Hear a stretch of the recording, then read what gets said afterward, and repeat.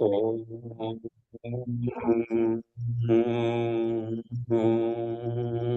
भूर्भुवः स्वः तत्सवितुर्वरेण्यं भर्गो देवस्य धीमहि धियो यो नः प्रचोदयात्। जी प्रणाम। आज की कक्षा क्रमशः श्रीमद् भागवत गीता 18वां अध्याय श्लोक संख्या 67 से लेकर के अंत तक 78 तक, यानी 67 to 78। तो क्रमशः हम लोग आगे बढ़ेंगे, यानी गीता के अंतिम अध्याय का अंतिम श्लोक, अंतिम आज की कक्षा है।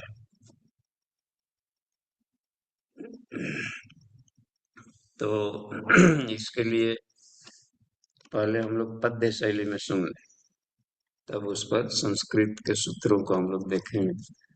तो काव्य शैली में पहले उसका अर्थ देखें, ग्रंथि को स्पॉट करिए और सीधे चलते हैं।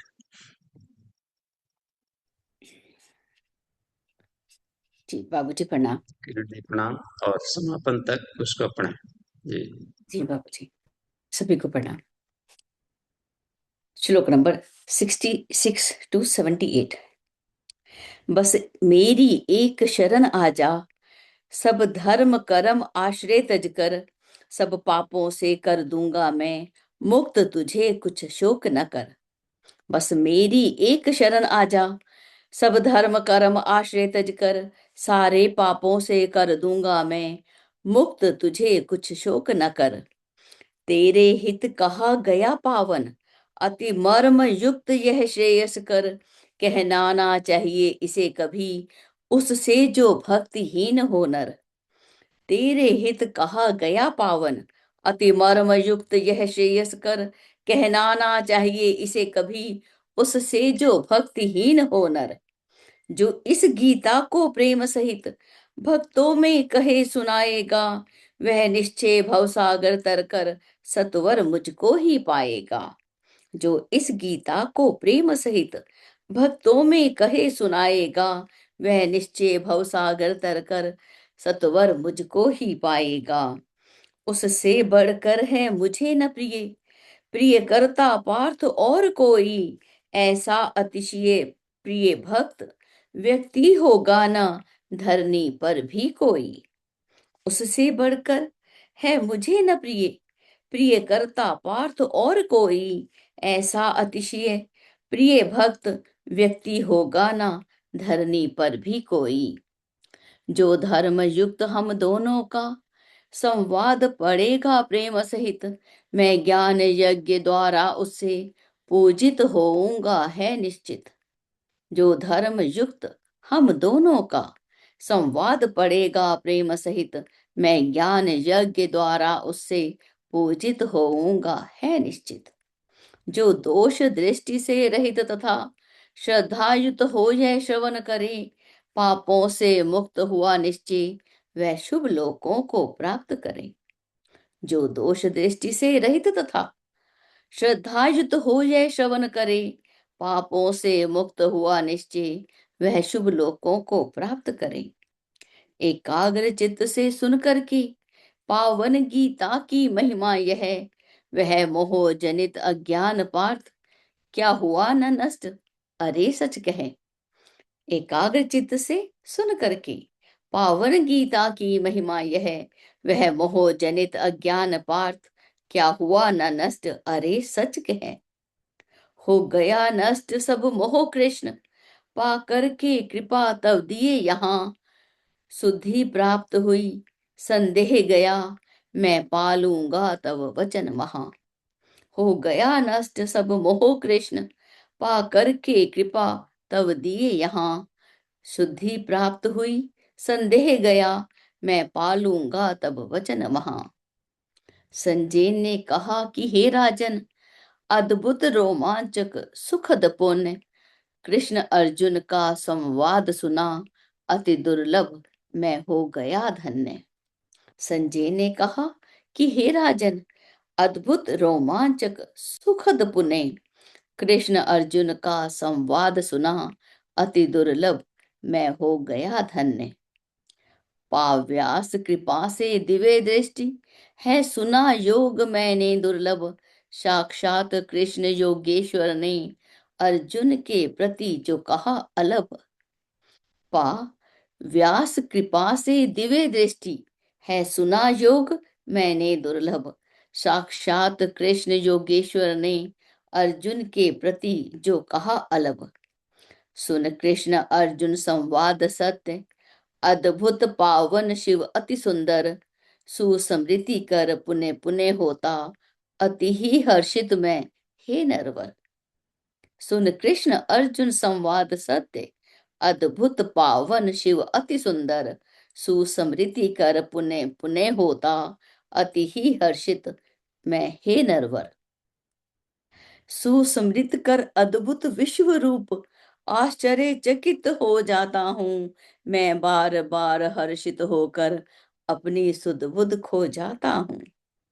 सुस्मृत कर अद्भुत विश्व रूप, आश्चर्यचकित हो जाता हूँ, मैं बार बार हर्षित होकर अपनी सुध बुद्धि खो जाता हूँ।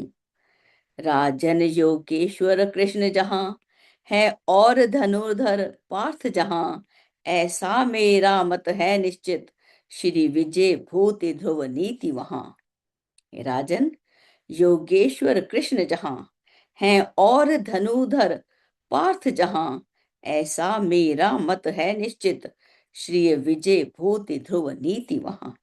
जी बाबूजी प्रणाम, सभी को प्रणाम।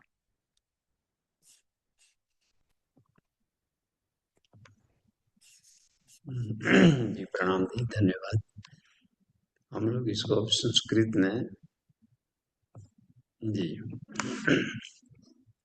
देखिए, हम लोग रिकैप में पिछला श्लोक चले। पिछला श्लोक का मतलब है 67, उसके साथ ही इसको देख, यानी पूरे गीता का सार तत्व सब कुछ बताते हुए गोपनीय से गोपनीय भी बात बता करके सब कुछ कह दिया कि हाँ, ईश्वर के सिवा दूसरी कोई सत्ता नहीं। सर्वम खलु इदम ब्रह्म, इस उन्होंने अपने तर्कों के माध्यम से, तथ्यों से इसको बताया। और उसके साथ तालबद्ध होने के लिए अंत में आदेश देते हैं कि हे अर्जुन, सर्वधर्मान परित्यज्य माम एकम शरणम व्रज। सिर्फ यही एक अंतिम उपाय है सभी तरह के संसार के दुखों का या सब कुछ पाल लेने की जो जिज्ञासा है कि हम ईश्वर की शरण में जाए। अहम त्वा सर्व पापेभ्यो मोक्षयिष्यामि मा शुचा, मैं यानी ईश्वरीय सत्ता सभी तरह के पापों को नष्ट कर डालती है। गायत्री मंत्र में है, भर्गो शब्द है, भस्म कर डालना, भून डालना। इसमें भी अच्छा, उसमें और भी एक जगह बात आई है, गायत्री छंद सामोहम में विभूति योग में है, गायत्री छंद सामोहम, यानी कि मैं प्राण विद्या गायत्री छंद। और जीवन में जितने भी तरह के दुख कष्ट है जो सामान्य व्यक्ति हैं, सामान्य मस्तिष्क सोच वाले, बुद्धि वाले, तो तरह तरह के शास्त्रों से भय लगता है, शास्त्रों से, इससे उसे, संसार से, और ग्रह नक्षत्रों से भी भय लगता है। ये ग्रह असर कर रहा है, वो ग्रह खराब है, इस ग्रह में आ गए, उस ग्रह में आ गए, अब क्या करें इतना। तो गायत्री महाविज्ञान में एक मिलेगा श्लोक, योग मुहूर्त दोषावा ये अपि अमंगलकारी, कितना हूं अमंगलकारी मुहूर्त हो, ग्रह नक्षत्र जातक पर अपना खराब प्रभाव डालते हैं, उससे भयभीत होने की जरूरत नहीं है। एकमात्र उपाय है भस्मताम यान्ति ते सर्वे, सारे भस्म हो जाते हैं अमंगल को गायत्री तीव्र तेज सा, इस ब्रह्म विद्या प्राण विद्या के प्रचंड तेज से, गायत्री साधना के प्रचंड तेज से सब भस्म हो जाता है। और गायत्री साधना कृष्ण की साधना, हमारे भक्तों को गायत्री महामंत्र से हमारी उपासना करनी चाहिए। गायत्री शमसामा जहां भी देखें छंदों में तो यहाँ गायत्री का मतलब है प्राण। प्राण के द्वारा सारी सृष्टि चल रही है, प्राण में ही उत्पन्न है, प्राण में ही तैरते रहते हैं, हम सारे प्राण में ही विलीन हो जाते हैं। प्राण का जागरण महाजागरण। तो ये साधना में प्राणायाम की भी प्रक्रिया बताए हैं उधर कि इसको अपने भीतर में घोलो, प्राणापान को, इस गति को एक समान करो, बस प्राणापान गति प्राण इसमें प्रतिरुद्धा। तो विभिन्न तरह के इसमें प्रैक्टिकल भी, योगिक प्रैक्टिकल भी बताया गया है, योग साधना भी सब बताया गया। और समर्पण की बात कही गई है कि ईश्वर प्रणिधान है, मन मना भव मद भक्तो मद याजी माम नमस्करो माम एवस्य सिद्धि। तो तुम मुझको ही प्राप्त होगा, और इसको ईश्वर प्राणिधान कहा गया, समग्र समर्पण। बस अपना जहां ईगो रहा, अपना अहंकार रहा, अपनी बुद्धि किसी चीज में डाल देते हैं तो वो फिर जाकर के कुछ किरकिरी जैसी हो जाएगी, जैसे चावल में कोई कंकड़ आ गया। तो उसके साथ रेजोनेंस स्थापित करना, यही साधना के रिजल्ट आते हैं। जैसे जैसे अन्नमय प्राणमय मनोमय आत्मा के पड़े कलेवर को साफ किया जाता है तो अपनी चेतना कॉन्सिस्टेंस लेयर रिफाइंड होता है और एक समीपता मिलती जाती है आत्मा की। लेकिन शुद्धिकरण के प्रोसेस को ही तप कहा गया। तब स्वाध्याय भी शब्द है, और ईश्वर प्राणाधान, इसी को क्रिया जो माना। पतंजल ने समाधि पाद में क्रिया योग को, अष्टांग योग उसमें नहीं रखा, इसको रखा है कि तब अपने आप को हम शुद्ध करें, स्वाध्याय आत्मा का अध्ययन करें, और ईश्वर प्राणाधान अपनी सारी क्षमताएं, सारी बुद्धि लगा दें, झोंक दें उसको, उससे उत्प्रोत होने में। अब देखिए यहाँ कहने के बाद ये 67 से आज से शुरू करते हैं आज की कक्षा। ओम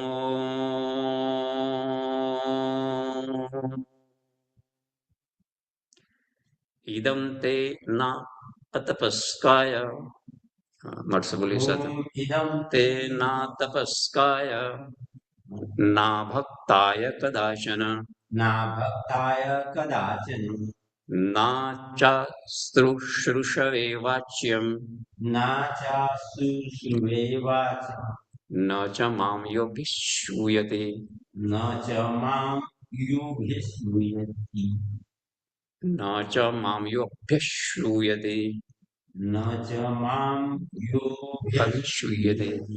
देखिए इसमें कह रहा है कि इदम ते, जो भी ये गुह्य ज्ञान है, उपनिषद विद्या है, ब्रह्म विद्या को इदम ते यानी यह ब्रह्म विद्या है। हर एक गीता के हर एक अध्याय के अंत में ब्रह्म विद्या सु नाम आया। तो उसमें क्या है कि श्रीमद् भगवत गीता सु उपनिषद सु ब्रह्म विद्या सु योग शास्त्र। तो ब्रह्म विद्या चाहे जिस किसी को चाहे नहीं फेंक सकते, खैर आदमी फिर ब्रह्म विद्या का मूल्य कम हो जाएगा, या लोग समझ नहीं पाएंगे। उत्कृष्ट विद्या उत्कृष्ट साधकों के लिए होती है। इसलिए कह रहे हैं कि यह जो गूढ़ ज्ञान है, गुह्य ज्ञान, इसको अतपस्काय, न अतपस्काय, ना तपस्काय जो हो गया शब्द, यानी न अतपस्काय, जो तपस्वी नहीं है, जिसको अपनी इंद्रियों पर नियंत्रण नहीं है, काम लोलुप व्यक्ति हो, या जिसको अपने समय का टाइम मैनेजमेंट, थॉट मैनेजमेंट, विचारों का भी संयम नहीं है, तो असंयमी व्यक्ति को अतपस्वी कह सकते हैं, जिसको अपने आप पर नियंत्रण नहीं। तब यह है कि जो इंद्रियों के बस में है तो इस ज्ञान का मिसयूज करेगा। तो पढ़ा लिखा धूर्त व्यक्ति उस संसार के लिए सबसे खतरनाक होता है। उसको ज्ञान मिल गया तो और तबाही हो जाएगा, रावण जैसा। कैसे? उसको ज्ञान मिल गया और ज्ञान का दुरुपयोग करना, क्योंकि संस्कार नहीं था। तो उस तरीके से, और तपस्या कहा गया, देखने में लग रहा है कि रावण तप कर रहा है, एक एक पैर पर खड़ा होकर के घास पर शरीर पर उग जाते थे, इसको तप नहीं कहा गया। उपनिषद की भाषा में ये सारे तप नहीं है। वहां तप हो जाता है, अंतःकरण की सफाई को तप करते हैं। वह दोषाणाम दुर्गुणानाम च वारणम सद्बुद्धिजा धर्तुम संपदा चैव, इसको तप कहा गया। ब्रह्म सत्य जगत मिथ्या इति प्रत्यक्ष ज्ञानाग्निना, उसका प्रत्यक्ष साक्षात्कार कर ले यहाँ पर कि सर्वम खलिदम ब्रह्म।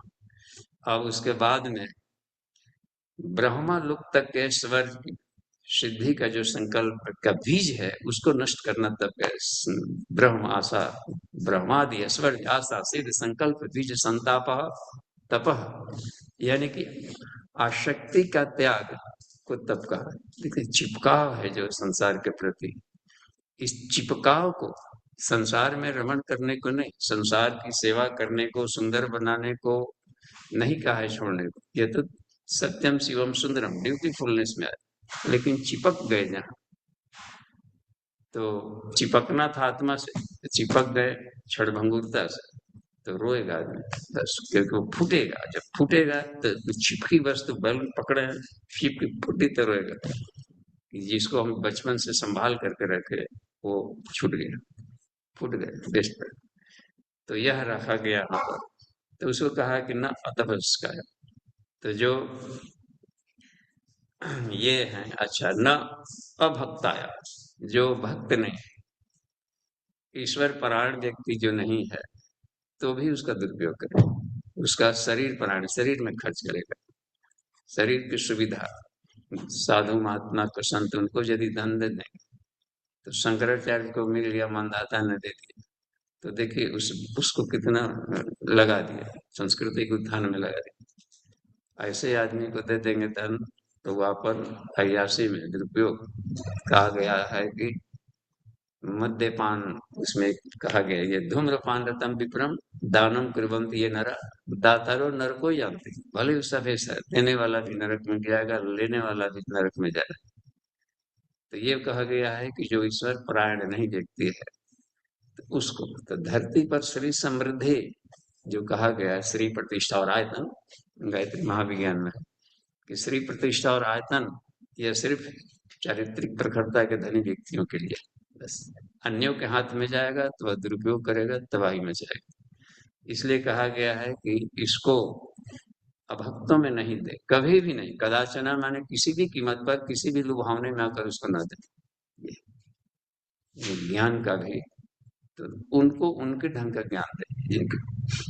कंजूस व्यक्ति को दान करने का ज्ञान अच्छा नहीं लगता कि क्या बताने का, उसको उसको उसके भाषा में बताना, तो वो बात है। तो ये हुआ करता है कि यदि ईश्वर प्राण नहीं है, जिज्ञासा नहीं है, तो उसको न दे। और देखिए, न च अश्रुष्मय, जिसको सुनना नहीं चाहता है जबरन सुनाया जाए। परीक्षित सुनने के लिए किए थे कि कुछ ऐसा मिल जाए कि हमारा मृत्यु टल जाए। अब सुखदेव मुनि इधर बताए जा रहे हैं, पूरा भागवत कहे जा रहा है, देख रहे हैं कि इसका सुन नहीं रहा है, दिमाग में कुछ और है, वो मृत्यु को गिन रहा था कि 2 दिन हो गया, 3 दिन, 4 दिन, तो उनका भी फेल हो जा रहा। जब सुखदेव मुनि जैसे ज्ञानी का, और परीक्षित जैसे राजन जो कि वो भी धार्मिक व्यक्ति है, उसको जब पल्ले नहीं पड़ रहा है, इसका मतलब है कि ध्यान कहीं और है, तो ज्ञान नहीं आएगा। विद्यार्थी पढ़ रहा हो और ध्यान कहीं और है, तो दिन भर त्राटक करते रहे किताब में, तो भी कुछ पल्ले नहीं पड़ना। तो सुनने की इच्छा नहीं है, ब्रह्म ज्ञान कुछ और सुनना चाहता है, आप सुनाने, तो फिर वहां भी ज्ञान की बर्बादी होगी, समय की बर्बादी। तो कितना ये कमाल, कंसंट्रेशन बहुत जरूरी है किसी बात की, इसका रुचि है कि, तो पहले रुचि पैदा करना चाहिए ऐसे लोगों के बीच में। वाच्यम मनमत को न चमाम यो अभिषेक, और जो दोष देता है संसार में, ईश्वरीय वाणी में दोष निकाल रहा है, गीता में, श्री कृष्ण में भी जो दोष देखता है, शिशुपाल जैसे व्यक्ति को क्या कहेंगे, रोज गाली ही दे रहा था, गाली की संख्या इतना बढ़ा दिया कि मृत्यु तक आ गई। तो वैसे व्यक्तियों को ये ज्ञान फलेगा नहीं, वहां फलता है जहाँ श्रद्धा, श्रद्धावान लभते ज्ञानम, पीछे में रहता है। तो श्रद्धा जहाँ नहीं है वहां ज्ञान फलीभूत नहीं होगा। पत्थर पर बीज छिड़कने जैसा, माथा पता माथा टकरा किया इसके ऊपर, इतना मेहनत में कितने उपजाऊ और लोगों को देते, तो कुपात्रों को न दे। तो हर जगह इसीलिए देखते हैं स्कूल कॉलेज में प्रिपरेटरी एग्जाम होता है, नीट तैयारी करिए, वो करिए, नहीं अभी तो ये तैयारी करना है, एंट्रेंस एग्जाम दे रहा है, नहीं तो फिर वहां पर जाकर इंस्टीट्यूशन खराब करेगा, अपने भी लाइफ को बर्बाद करना समय का। तो योग्यता पात्रता हो तभी बात है। छोटे बच्चों को बड़े गार्जियन जितना नोट का बंडल नहीं दे सकते, कागज है कि क्या है कि चिल्ड्रन बैंक का है, कुछ समझ में नहीं आएगा, पूरा देकर तो वैसे कुपात्रों के हाथ में जहां देने पर शक्ति का दुरुपयोग होता है। इसीलिए कह दिए कि जो हमारे प्रति श्रद्धा नहीं रखा तो उसको भी देंगे तो फलेगा नहीं, दोष निकालेगा हर जगह, और इसमें कह देगा। बहुत लोग दोष कहीं कहीं देखने में सामान्य भी देखा जाता है कि कृष्ण देखिए कैसा दोष निकाला, माँ में कम शरणागत अपनी पूजा करवा रहा है, इस ढंग से सोचा जाए तो कितना भद्दा लगता है। कोई व्यक्ति ऐसा कहेगा ईश्वर कर रहा है कि माँ मन मना भव मद भक्त मद याजी माँ, ऐसे व्यक्तियों को मत सुनो। तो यहाँ पर जो माम यानी ब्रह्मवाची शब्द है, अहम ब्रह्मास्मि का मेडिटेशन करता है, सोहम एक मेडिटेशन पर ही है, सो अहम। तो हर व्यक्ति तो अहम ब्रह्मास्मि बोलता है, सो हम ईश्वर का अंश है। जो ईश्वर है वही हर सांस में ये आवाज आ रही है, फिर भी जिसको नहीं विश्वास हो रहा, कहा कि ऐसे व्यक्तियों के लिए यह ज्ञान नहीं, उनको उनकी कक्षा वाला ज्ञान देते चले। सामान्य ज्ञान मालूम नहीं है और ब्रह्म ज्ञान देने लगे। अब यही नहीं मालूम है ट्रेन में कहाँ बैठना है, कहाँ बादाम का छिलका निकालना है, कहाँ पर पान पुछ पुछ थूकते चलना है। बन गया ना, ये पर बना हुआ था कि चलिए नया उद्घाटन होगा मेट्रो का, अभी उद्घाटन भी नहीं हुआ, जहां तहां उस पर पान का पिक थूकता कर। ऐसे व्यक्तियों के लिए स्वर्ग भी दे देंगे तो 2 दिन में नरक बनाएंगे। तो ज्ञान के मामले में और ध्यान दें, उपनिषदों में जहां तहां को बताया है कि इसको ब्रह्म विद्या को न दे, यहाँ तक कि महामुद्रा तक को भी कहा गया, इस महामुद्रा को सबको न बता, क्योंकि करेगा नहीं, 2 दिन करेगा, फिर बाद में तो चिल्लाते चलेगा हम तो कर रहे थे कहाँ, और दुखाने लगा और दर्द होगा, देखिए, और बदनाम कर देगा विद्या। उसमें एक टर्म्स कंडीशंस होता है, और मिल भी गया तो उसको करेगा। तो ये कितना ही शानदार ये बात बता रहे हैं कि ज्ञान कीमती तो है, लेकिन उनके लिए कीमती है जिनको श्रद्धा हो और जो इसमें रिसर्च में आगे बढ़ना चाहता हूँ। इसको देखिए 67 68 जाकर देखें हम। य इमं परमं गुह्यम, बोलिए, य इमं परमं गुह्यं मद्भक्तेषु अभिधास्यते, मद्भक्तेषु अभिधास्यति, भक्तिं मयि परां कृत्वा भक्तिं मयि परां कृत्वा मामेव सत्य संशयः। मामेवैस्य संशयः। हाँ, फिर से इसको पढ़िए। य इमं परमं गुह्यं य इमं परमं गुह्यं मद्भक्तेषु अभिधास्यते, मद्भक्तेषु अभिधास्यति, भक्तिं मयि परां कृत्वा भक्तिं मयि परां कृत्वा मामेव सत्य संशयः। मामेवैस्य संशयः। माम एव इष्यति असंशय, एक साथ जोड़ दिया गया है। ठीक है, अब इसको देखिए, इसको थोड़ा सा अन्वयीकरण करते हैं, थोड़ा सा इसको और गहराई में देखें। यह जो इमम, इस परमम गुह्यम, परम रहस्यमय, उपनिषद को रहस्यमय विद्या कहा गया, ईश्वरीय पुस्तक, वेद को भी रहस्यमय विद्या कहा। किसी ने कह दिया पाश्चात्य के किसी ने कि वेद गणेरियों की भाषा है, गणेरियों ने देखा सूरज को और सविता फल फूल कह दिया खाने को, हनुमान जी का सविता फ्रूट, अरे सविता साधना है, सूर्य उपासना की बात कही है, कह दिया कि गणेरियों की भाषा। तो ये रहस्यमय विद्या है, सभी के समझ में नहीं आती। अब उसमें लग दिया कि वेद में लिखा है मांस खाने का, उसमें साफ मना किया गया है। जानकारी नहीं है तो मीमांसा दर्शन लाया गया, उसमें कहीं भी नहीं है हत्या शब्द ही नहीं है जानवरों की, देवी देवताओं के नाम। अभी माँ हिंसी गो माँ हिंसी, माँ हिंसा सर्वान भूतानि, यजुर्वेद के पहले ही मंत्र के अंतिम कड़ी है, देखिएगा उसमें। यजमानस्य पशुन पाय, हे ईश्वर यजमान की पशुओं की रक्षा कर, कितना बढ़िया है। और पशु शब्द क्या है, तो काम क्रोध लोभ आदि पशु, काम क्रोध लोभ को पशु कहा गया। ये बांध के रखता है, जिस आदमी के शरीर में घुस जाए तो आदमी जानवर की तरह व्यवहार करता है। तो ये भाषा समझ में नहीं आएगी, लगेगा कि केवल स्तुति है स्तुति है स्तुति है। हमको भी समझ में नहीं आता था शुरू में, खूब पढ़ते थे, 10% भी मुश्किल से। एक वेद के विदज्ञ से हमने पूछा, उनके शरण में गए, गुरु जी ने कहा था कि जो भी मिला, गुरुदेव के भक्त थे, और पूरा यजुर्वेद को कंठस्थ कर लिए थे, कोई मिस्र जी थे, और संस्कृत यूनिवर्सिटी के वो हेड थे, अब रिटायर भी कर गए। भेंट हो गई किसी एक जगह कार्यक्रम, तो मेरा कि वेद मन नहीं लग रहा है पढ़ने को, तो उसमें कुछ उपाय बताइए कि हम पढ़ सके, हम साइंस मेंटेलिटी वाले हैं, तो कुछ ऐसा बैकग्राउंड हो कि हमको मन लगने लगे। तो वही बताया था कि शुरुआत करिए यजुर्वेद के 40वें अध्याय से, जो कि उपनिषदों में हो वो है, ईशावास्य में आता है। सचमुच उसे पढ़े तो वेद की गहराई में पहुंचे, फिर तो जो डुबकी लगाए, उपनिषद ही उपनिषद आ गया हाथ में।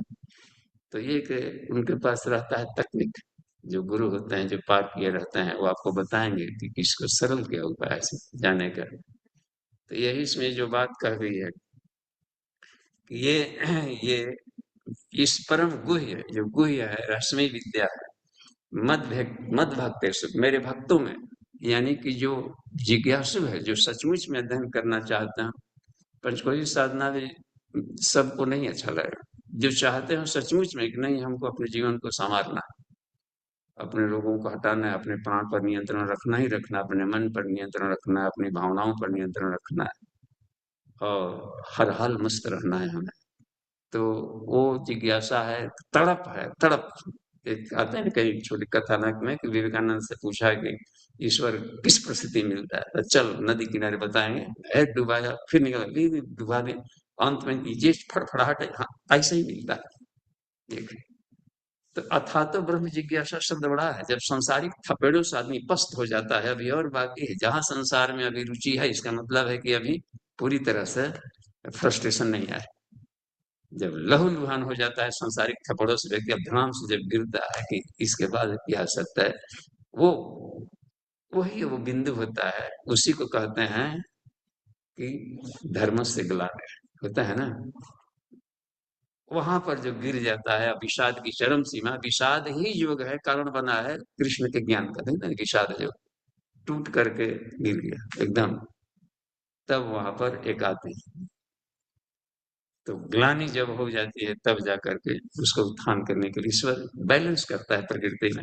ये कह रहे हैं कि जो मेरे भक्त के बीच में कहेगा, वह भक्ति मई पराम कृत्वा, और वह भी ऐसे कहिए कि मेरी भक्ति में एकदम तन्मय होकर कहिए। एक होता है कि मनोरंजन के लिए गीता पढ़ना, मनोरंजन के लिए व्याख्या करना, एक होता है सचमुच उसमें डूब करके उत्प्रोत होकर करना, इसलिए भक्ति मई पराम कृत्वा का।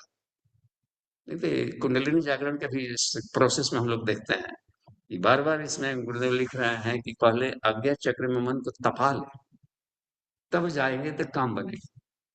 तो कुछ कवि जो होते हैं क्रांतिदर्शी लोग, जैसे कृष्णा कि एकदम इतने खो जाकर कहते हैं कि उस चीरते हुए जाएगा, यानी प्राण घोल करके कहो उसने, अपनी तपस्या, अपनी पूंजी, अपनी समर्पण का प्राण घोल दो, तब जाकर कहोगे तो उसके हृदय में आर पार जाएगा किसी बात का। तो शब्द में से प्राण भी जाता है, इसलिए भक्ति मई पराम कृत्वा, उसलिए कह दिया है कि वह माम एवं ये स्थिति संशय, और निश्चित रूप से मुझको पाए। और कहेगा, देखते हैं मद भक्त से अभिधाष्यति, बांटना बहुत जरूरी है ज्ञान को, नहीं तो वो फिर कुंठित हो जाता है। ईश्वर ने ज्ञान दिया तो इसलिए दिया है कि उसको आप बांटें, फैलावें दिल में, और उनको वहां फैलावें। बीज मिला है तो वहां उर्वरक जमीन पर, मंत्र की साधना होगी, उपजाऊ बन गया मनोभूमि, तो उसमें इसको बीज डाला जाए, इन 5 कोषों को, संस्कारों के बीज डाले जाए। तो ये कह दिया गया है कि बांटना जरूरी है, नहीं तो मेमोरी में, हार्ड डिस्क में नहीं आएगा, पढ़ेंगे तो लेगा कि याद रखेगा, अब जहां शेयर नहीं करेंगे, बांटेंगे नहीं तो भी। तो यह इसमें कहा गया है कि मद भक्त सुविधास्यते, वह मुझको पालेगा, कुछ जल्दी उसको आत्म साक्षात्कार होता है।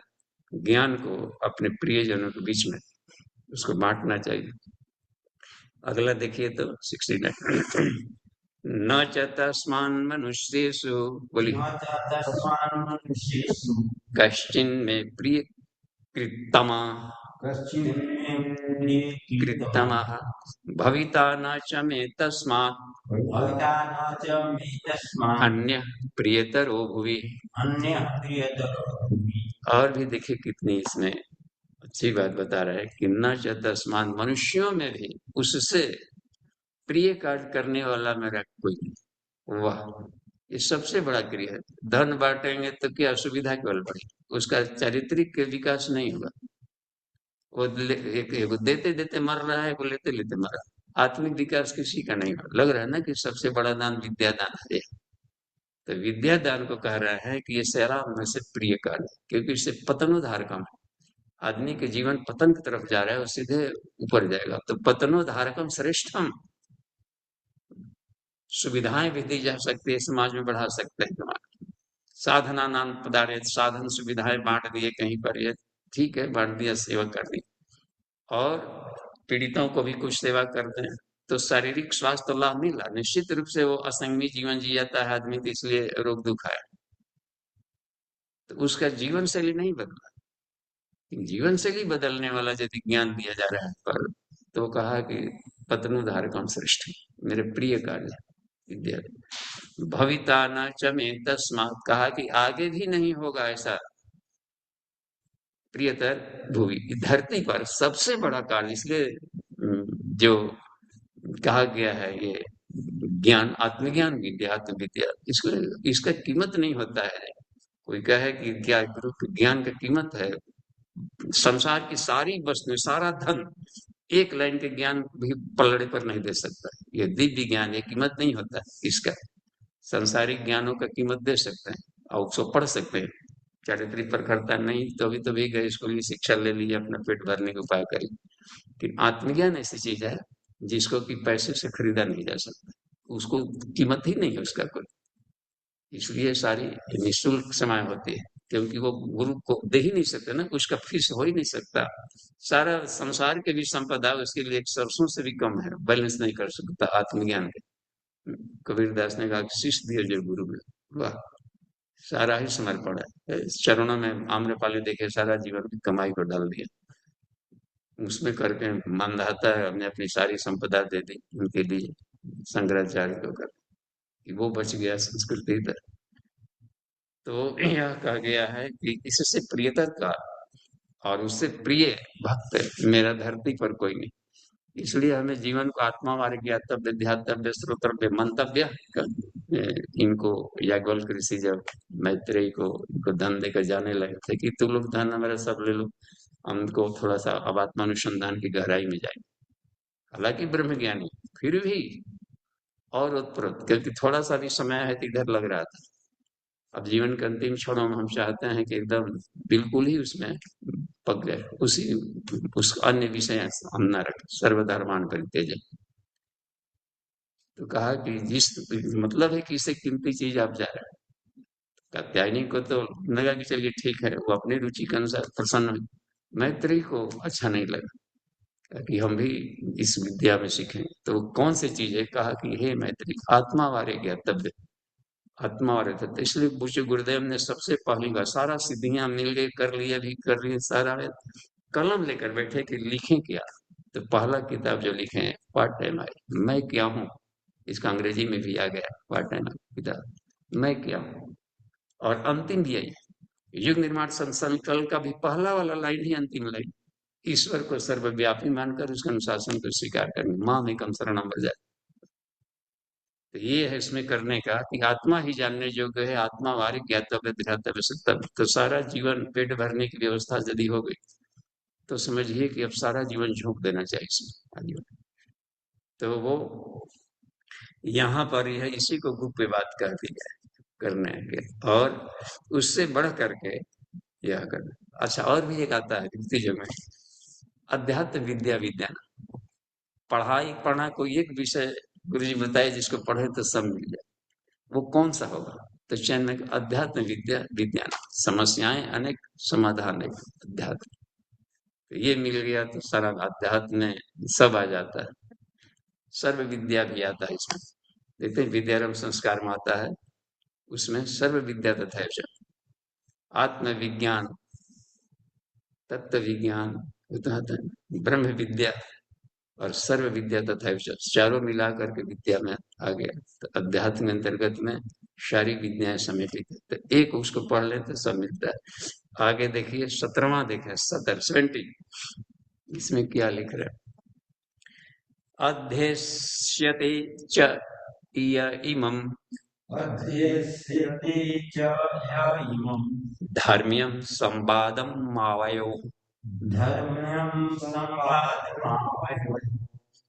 अवयव मतलब हम दोनों के बीच में जो ये चल रहा है कथोपकथन, यानी ब्रह्म विद्या। देखिए ब्रह्म विद्या अलग कोई विषय नहीं होता है, शिष्यों द्वारा पूछे गए प्रश्नों का गुरु द्वारा दिया हुआ उत्तर होता है। इसलिए कहा कि धर्मम संवादम अवयव, जो इसका अध्ययन करेंगे। अगला देखिए, ज्ञान यज्ञेन तेना हम ज्ञानयज्ञेन तेनाहम् इष्टः सामिति मे मतिः। इष्टास्यामि मे मतिः। फिर से पढ़ लीजिए। अध्यस्यते अध्यस्यते च य इमं यद्यस्यते च य इमं धर्म्यं संवादम आवयोः धर्म्यं संवादमावयोः। ज्ञान यज्ञेन तेनाहम् ज्ञानयज्ञेन तेनाहम् इष्टः सामिति मे मतिः। इष्टास्यामि मे मतिः। देखिए कि जो इसका अध्ययन भी करेगा, मान लीजिए कि हम कहीं बांटे नहीं और कुछ नहीं सपरता है कि केवल अध्ययन भी किया जाए, स्वाध्याय मनन चिंतन, स्वाध्याय मनन चिंतन, यानी सूक्ष्म शरीर से भी यदि उसके साथ हम रच पच जाते हैं उसमें तन में, तो विचार से विचारों का भी जब ट्यूनिंग हो जाता है, ट्यूनिंग माने साजुजता, तदात्म्यता यदि हो जाता है सूक्ष्म शरीर से भी विचार, तो कहा कि वह ज्ञान यज्ञ के द्वारा मेरी पूजा कर रहा है।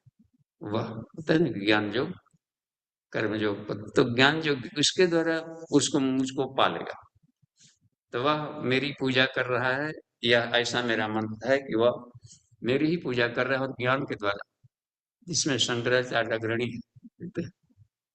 अध्यस्यते, इसलिए वेद का ये कथन है कि अहरह स्वाध्याय, रात दिन स्वाध्याय करो, यानी ज्ञान यज्ञ से पूजो।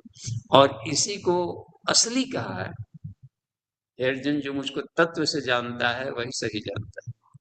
बाकी जानकारी में केवल स्वार्थ बस मनोकामना पूर्ति के लिए करेगा, नहीं को पूर्ति होगा तो आप छोड़ देंगे उसको, क्योंकि कामना पूर्ति के लिए अगर कर रहे हैं तो वहां पर वो छोड़ेगा।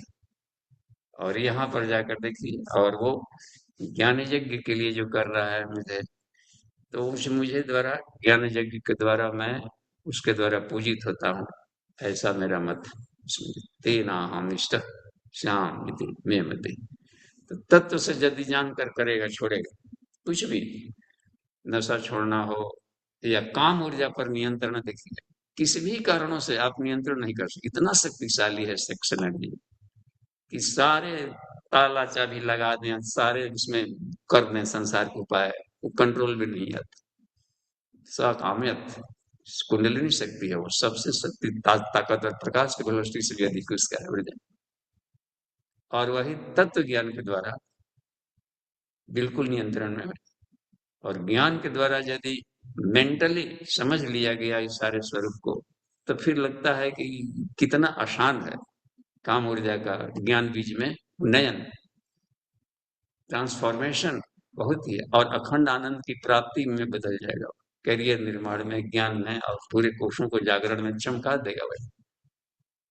तो वो सबसे बढ़िया है कि तत्व ज्ञान से हम किसी चीज को समझें। अभ्यास है न तो कौनतया वैराग्य न, वैराग्य न का मतलब होता है ज्ञान, ज्ञान से ही वैराग्य होगा, कर्म संन्यास से ये बेटर होता है। और अभ्यास करो इसका, अभ्यास बनता रहता है इसका करने का। तेना हम इष्ट श्यामिति, अगला जाकर देखिए कितना ये बढ़िया है कि एक तो अध्ययन का, अध्ययन करना है ज्ञान यज्ञ से, और ज्ञान यज्ञ से भी ऐसे है, समझ मान लीजिए कि हम ज्ञानी या कोई दार्शनिक है, फिलोसफी का स्टूडेंट है, या प्रोफेसर मान लीजिए कोई फिलोसफी के हैं, कोई चिकित्सक हैं, कोई वकालत में विद्या हासिल किए हैं, या कोई विज्ञान के छात्र हैं, कोई गणित के छात्र हैं, है ना जी। तो इस गणित की भाषा में हम समझें ईश्वर को, ये कहा जाता है अध्ययन। हम अपने जो मनोभूमि है, जिस ज्ञान में हम रचे पचे है, अब ईश्वर सब जगह घुला है तो हम अपने ज्ञान में भी समझ सकते हैं। विज्ञान के विद्यार्थी विज्ञान की भाषा में ईश्वर को समझ सकते हैं। देखिए, एक अच्छा मिला कहीं कि ईश्वर एक ऐसा वृत्त है जिसका केंद्र हर जगह है लेकिन परिधि कहीं नहीं। गजब। तो यज्ञ विश्व से भुवन से नाभि, जहां ही हम खड़े हैं, जब इनफाइनाइट है, अनंत है, इसका मतलब कि हर जगह उसका केंद्र है। तो अति अतिष्ठत कहा कि अणोर अड़ियन मोहतो मयन, हर जगह केंद्र में मैं ही बैठा हूं। कितना ही कमाल की बात।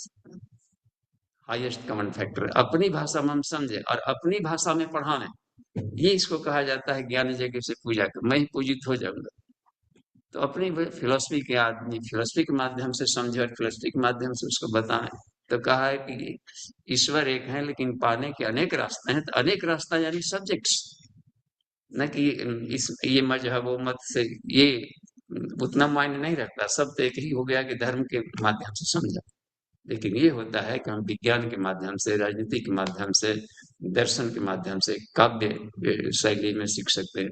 भजन गाकर चैतन्य महाप्रभु मीरा ने देखी और नारद ने अपना ही करके एक तारा वीणा लेते हुए कर ली, इसके माध्यम से संसार को बदल के दिखा दी।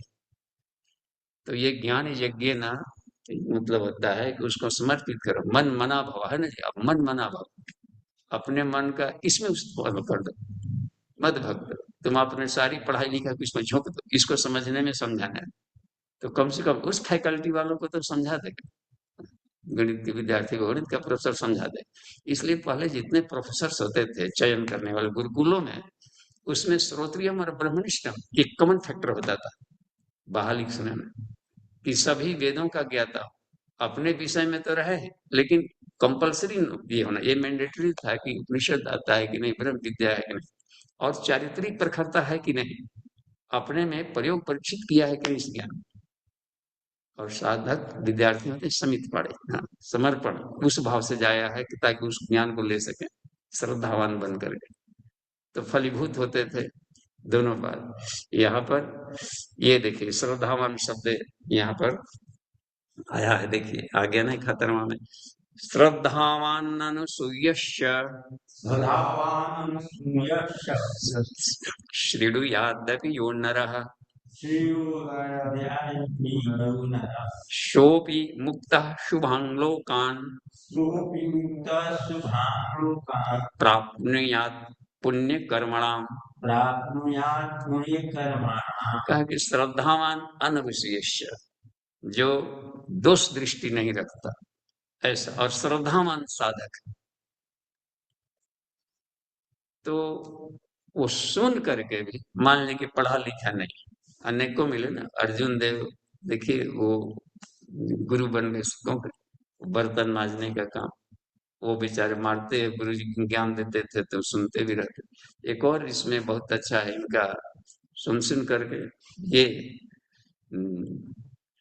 शंकराचार्य के शिष्यों में से एक शानंद रहा, वो पढ़ा लिखा नहीं था, और भी इनके तो वेदज्ञ भी रहते थे, ऐसे लोग पढ़े लिखे में रहते थे। उनके चार कैसे बुद्ध के कुछ प्रखर शिष्य में थे, आनंद जैसे वगैरह, तो उनके भी कुछ थे, तो अन्यों के तो नाम नहीं याद है। एक शानंद है, ऐसे था कि केवल सुनता था और इतना समर्पित भाव से, और आश्रम का काम करना। एक दिन बात हो रही थी कि जब तैयारी हो गया कि सब छात्र आ गए, जी नहीं शानंद नहीं, तो वो अभी क्या, उसको तो पढ़ा लिखा है, कुछ आता नहीं, नहीं नहीं उसको रहना जरूरी है। ये जानते थे ना कि लोग केवल पढ़ रहा है तो इस शास्त्रों में फंस के रह जाएगा उलझ के, वो हृदय से सुनता है। तो नदी पर कहीं था, उस पार में गया हुआ किसी काम के लिए, उधर से बुलाया कि आओ, तो दौड़ते हैं और पानी पर टहलते आ गया, खाली गुरु के सिवा कुछ नहीं सुना दिखाई पड़ रहा है उसको, सुना। ये देखिए श्रद्धावान, वो आ गया था। और भी वो टापू पर कहीं पर थे, प्रेयर सिखा रहे थे कोई फादरी जा करके, और वो A B C D F G H I J कलम नबी की बारे ऐसी बोल रहा है खाली। तो कहा कि क्या बोल रहा है, नहीं हम ईश्वर, हमको प्रेयर नहीं आता, ईश्वर ज्ञानी है तो अपने मन का प्रेयर बना लेगा इन अक्षरों से। कितनी श्रद्धा से कर रहा है, ये प्रेयर सिखाया, रुक करके रिहर्सल करवाया, रटवाया रटवाया, या बोलने लगा तब ठीक है, अब ऐसे ही करना, ऐसे एक मत बोलना। चल पड़ा अपना जहाज से इधर पानी वाला, तो फिर ये भुला गया, तो फिर सोचा यार ये महात्मा फिर कौन बताएगा, दौड़ते जा रहा है, चिल्लाते या पानी में डूब भी नहीं रहा। श्रद्धा की अग्नि से क्या होता है कि ये पदार्थ अपना स्वभाव बदल दें। यदि अंतःकरण आदमी सफाई करे, ये प्रयोग परीक्षित हमारे अनुभूत है, तो जो आप सोचेंगे तो प्रकार प्रकृति में से कहाँ से उत्पन्न हो जाता है। इसका मतलब है कि हाई डेंसिटी का पदार्थ हर जगह घुला है, और साधक के वो संकल्प शक्ति से कहीं प्रकट हो जाएगा, खंभा से नरसिंह आ जाए, वो प्रहलाद की है जिज्ञासा। तो उसमें एक आ जाती है बात में करने को है। तो ये कहते हैं कि श्रद्धामान अनविषयस्य, सुन जो ईश्वर भी जो सुनता है, सुनियादपि, सुन करके भी ऐसा मनुष्य सोपि मुक्त, वो बिल्कुल पाप मुक्त हो जाएगा। वाह।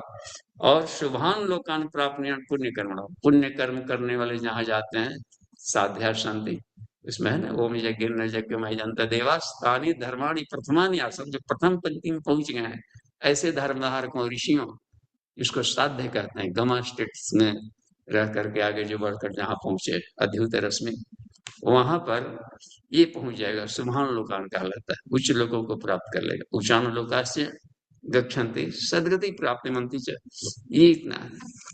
तो सुनना श्रद्धा पूर्वक एक तरीके से।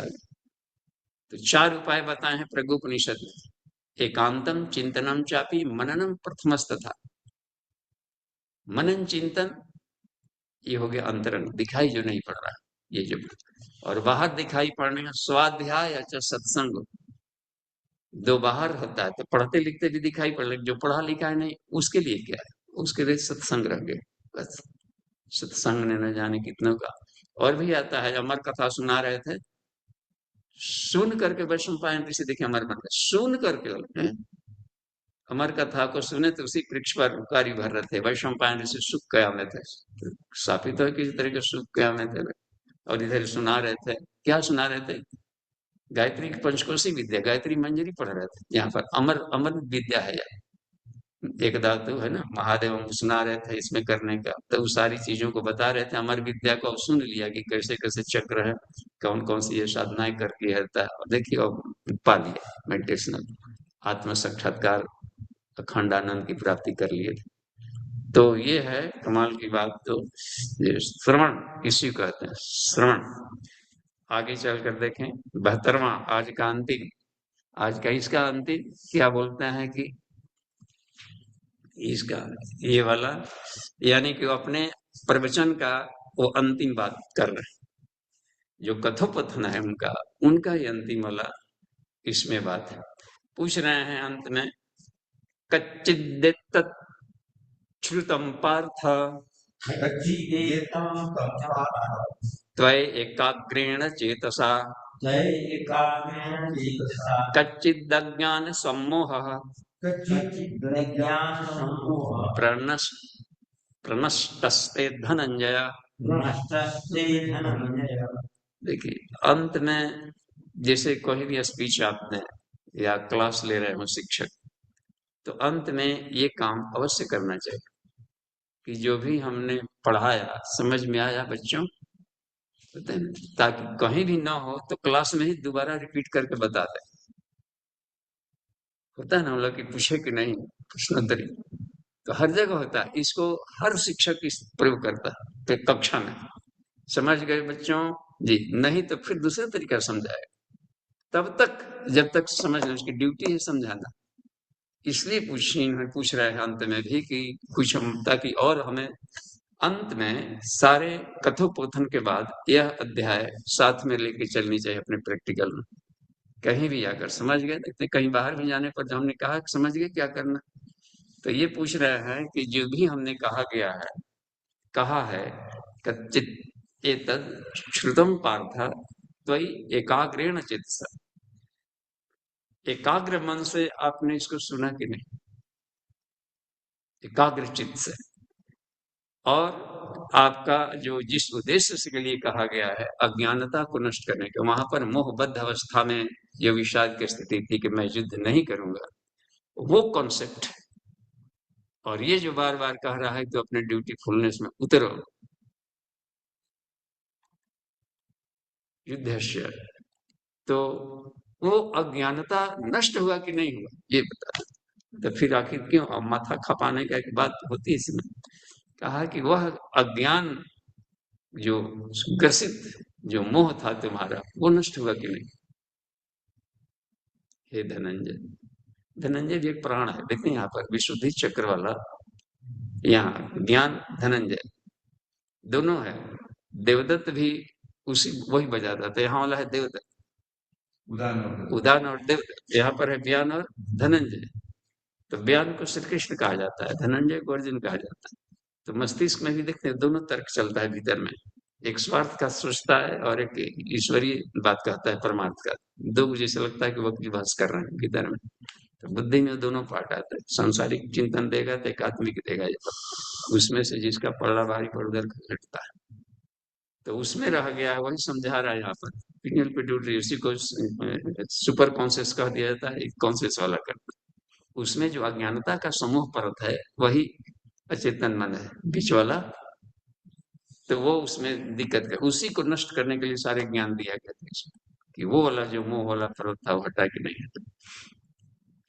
तो यह कह रहे हैं कि इस गीता शास्त्र को तूने एकाग्र मन से सुना कि नहीं, एकाग्रता कॉन्सेंट्रेशन, और वह परत जो मोह वाला परत था वो नष्ट हुआ कि नहीं, यही पूछ रहे हैं। धनंजय हो गया। देवदत्त यहाँ जो शंख बजाए थे ना, पांच अलग अलग नाम था उसमें, पौंड्रक था उसका भीम का, और नकुल सहदेव का वो था सुघोष पुष्पक, अनंत विजय इनका। अब इसका धनंजय देखते हैं यहाँ पर वाणी से भी बात बन रही। अर्जुन का था ये देवदत्त उदान वाला, वाणी वाला पस्कर। तो ये सब प्राणों के सब नाम है। बड़ा ये गजब का, गीता में केवल कथानक भर नहीं है, उसका नाम भर रख लेने का। ये सब बारीकी से जाने पर लग रहा है कि सब प्राणों के हलचल सन इसमें करने का। आगे चलकर देखिए, अर्जुन उवाचा, ये अब जवाब दे रहे हैं, यानी उनका कहना बंद। श्री कृष्ण ने अपनी बात कह के बंद कर दिए, अब अर्जुन अपना आउटपुट दे रहे हैं कि क्या बात। नष्टो मोह स्मृतिर्लब्धा तत्प्रसादान्मयाच्युत स्थितोऽस्मि गतसन्देहः करिष्ये वचनं तव करिष्ये वचनं तव। वाह, कहा कि हे भगवान, आपकी कृपा से, अच्युत श्री कृष्ण के लिए आया, आपकी कृपा से ये जो ज्ञान मिला है इससे मेरा मोह नष्ट हो गया। जो भी मोह का एक बीच में कुहासा था अज्ञानता का, वो नष्ट हो गया। और स्मृति लब्धा, स्मृति कहा जाता है आत्मस्मृति, मैं अपने आत्मस्थिति में अभी स्थित हूँ। आत्मस्मृति, आत्मविस्मृति, तो मैं अपने इस तरीके से स्वबोधत्व में, आत्मबोध की अवस्था में अभी मैं स्थित हो गया। अस्तित्व अस्मि गत संदेह, सभी तरह के संशय नष्ट हो गए। और करिष्ये वचनम तव, और वही करूंगा जो आप कहेंगे। देखते, तो ये कितना कृष्ण को प्रसन्नता हो रही है। गुरु शिष्य दोनों ये भी धन्य हुए, वो भी धन्य हुए कि हमारा प्रयास बेकार नहीं गया। वो छात्र शिक्षक कितने खुश होते होंगे जबकि विद्यार्थी उनके उस विषय में अच्छे होते करते होंगे, निकल जाते होंगे, प्रयास बेकार नहीं गया। जब कोई भी काम करते हैं, कहीं भी तैयारी कर ले, उसके अनुसार रिजल्ट मिल जाता है तो आदमी को गद होता है। यहाँ तक भी कहा है कि जैसे सीता जी वहां वाल्मीकि के पर्ण कुटीर में है और लोग उसको उन्होंने जन्म दी, जिस दिन जन्म दी प्रसव उसी दिन शत्रुघ्न पहुंचे थे वाल्मीकि के पर्ण कुटीर में। तो शत्रु भाव काली छोड़ करके जैसे ही आदमी अंतःकरण के पर्ण कुटीर में पहुंचता है साधक, ऐसी कुछ इंटरप्रिटेशन किया है जीवर्धन ने। तो उसमें लिखता है वाल्मीकि रामायण का एक अंश है, तो सीता ने आत्मा रूपी सीता, सीता को आत्मा माना, आत्मा रूपी सीता ने दो पुत्रों को जन्म दी, लव और कुश। लव कहते हैं सद्ज्ञान को, कुश कहते हैं सत्कर्म को। तो जीवन भर की साधना का यही दो आउटपुट है, सद्ज्ञान और सत्कर्म। यह मिल जाता है तो समझिए कि सारा तप हमारे जीवन का सफल हो गया। एक अस्मिता धन्य प्रसव वेदना के बाद है। तो ये देखिए करिसे वचनम तव। आइए थोड़ा सा आप देख लें, आप उपसंहार के आगे क्या बात है। अब संजय बोल रहे हैं, इन लोगों का कथोपकथन खत्म, गीता यहाँ पर समापन। आगे व्यास कुछ और लिखते हैं। व्यास के पास दिव्य दृष्टि से तो सब सुन रहे हैं, संजय को भी देख रहे हैं, उसको भी देख रहे हैं। अब संजय क्या बोलते हैं, संजय उवाच इत्यहं वासुदेवस्य नित्यं वासुदेवस्य पार्थस्य च महात्मनः पार्थस्य च महात्मनः संवादम् इमम् अश्रोषम्। संवादम् इमं सस्वरम्। म पर थोड़ा बल लगाना होगा तब उसमें है। संवादम् इमम् अश्रोषम्। संवादम् इमं सस्वरम्। संवादम् इममस्त्रोषम्, ऐसे पढ़िए, संवादम् इमम् अस्त्रोषम्। संवादमिमं अस्त्रोष, हाँ, अद्भुतम् रोमहर्षणम् अद्भुतं रोमहर्षणम्। इति। हम संजय जब क्या बोल रहे हैं वहां पर धृतराष्ट्र और संजय है, वो अब समापन कमेंट्री वहां का पूरा है। अब कह रहा है कि महात्मा पार्थ अर्जुन, अर्जुन के लिए महात्मा शब्द का प्रयोग कर, वाह, ये भी बहुत धन्य है। ऐसे आत्मा, ऐसे व्यक्ति जो कि ईश्वरीय वाणी को सुन समझ करके और समर्पण कर देता हो, वह कहिए कि महान आत्मा। इसमें कहते कि हे अर्जुन, उसमें बोले हैं प्रगोपनिषद देखे, हे देवर्षि नारद, आप तो जानते हैं कि मैं निराकार, निराकारत्व हेतु प्रेरणा कर्तुम, सिर्फ प्रेरणा देता और शरीर निश्चय गृहणामि गति संचालित देता, गतिविधियों के संचालन के लिए शरीरधारियों को माध्यम बनाता हूँ, और वैसे ही शरीरधारी को माध्यम बनाता हूँ जो वरिष्ठ आत्मा है। और वरिष्ठ आत्माओं को इन्होंने महात्मा शब्द का, जो श्रद्धावान प्रज्ञावान निष्ठावान हो।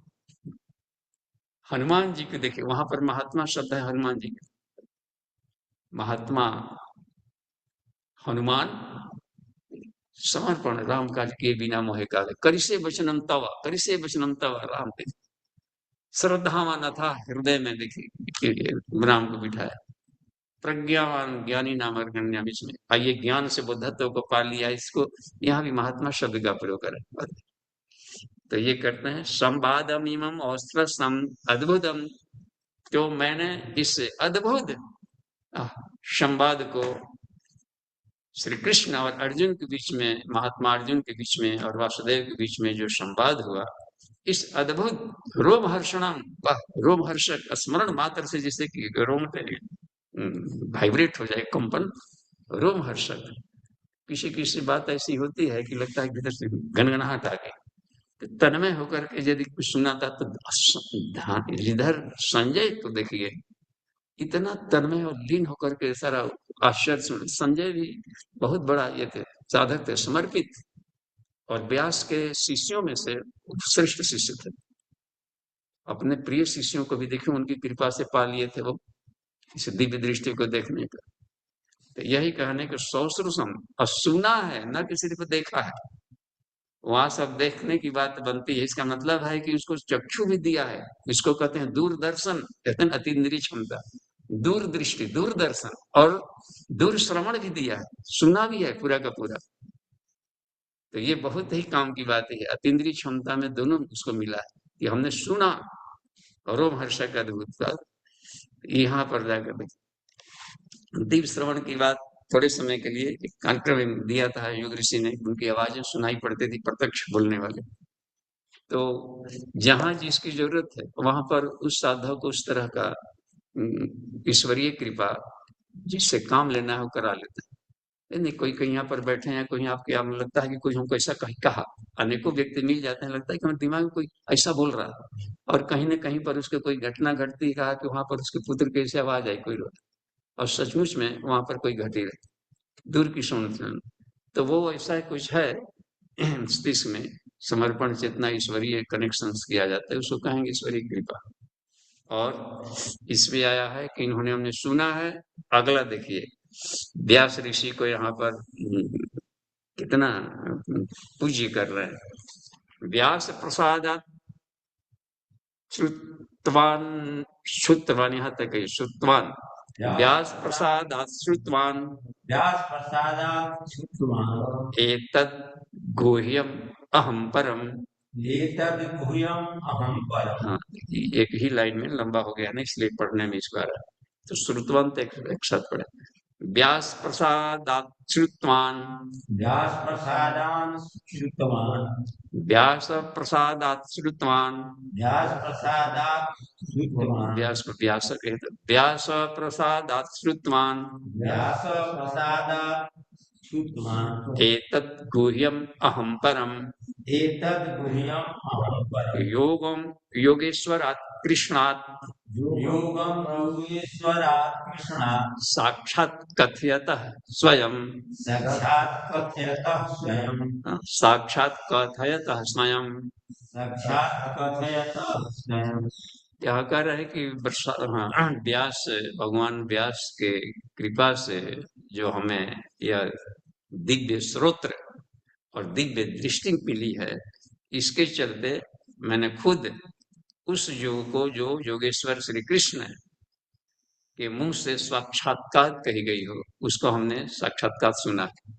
कृष्ण के मुख से निकले हुए इस योग के पूरे प्रकरण को हमने साक्षात सुना। यह व्यास की कृपा है। तो इससे हम वंचित रह जाते हैं। कितना अपने को धन्य कह रहे हैं अभी, और ये सारी बातें उनको बता रहे, और वही दोष दृष्टि देख रहे हैं ना, जो सामने अंधा पड़े हैं धृतराष्ट्र, वो कृष्ण में भी दोष दृष्टि देते, वो जरूर लड़वा देगा। ऐसा सोच रहे हैं कि देखिए, वो कह रहा है कि हम नहीं करेंगे, कितना सज्जन व्यक्ति है, आई कह रहा है कि नहीं तू युद्ध कर, तो वो उस ढंग से देख रहे हैं दोष दृष्टि से अपने करने। और ये यहाँ पर बता रहे हैं संजय अपने बारे में कह रहे हैं कि ये तो व्यास की कृपा है कि मेरा रोम हो रहा है। अब धृतराष्ट्र के सामने बता रहे इस बात को। आगे चलकर देखिए 76, राजन, अब हे राजन, धृतराष्ट्र कह रहे हैं, राजन संस्मृत्य संस्मृत्य राजन् संस्मृत्य संस्मृत्य संवादम इमम अद्भुतम संवादम् इमम् अद्भुतम् केशवार्जुनयोः पुण्यम केशवार्जुनयोः हृष्यामि च मुहुर्मुहुः। हृष्यामि च मुहुर्मुहुः। हाँ, देखिए बता रहे हैं कि हे राजन, इस संवाद को, अद्भुत संवाद को, संवादम अद्भुतम, वाह, गीता का हर सूत्र भी बड़ा अद्भुत है, कितना गुह्य और इतने गुह्य शब्द हैं। राजन संस्मृत यानी इसको स्मरण करके, इस अद्भुत संवाद को स्मरण करके, यानी बार बार स्मरण करके, श्री कृष्ण अर्जुन केशवार्जुन पुण्यम, इस पुण्य संवाद को स्मरण करके, मुहुर्मुहु मैंने होता है प्रतिपल, प्रतिक्षण, जैसे स्मरण होता है प्रतिपल, जैसे जैसे स्मरण करता है हर क्षण जिससे लग रहा है कि एक आह्लाद हो रहा है भीतर से, कृष्ण यहाँ एक आह्लाद उत्पन्न होता है स्मरण करके।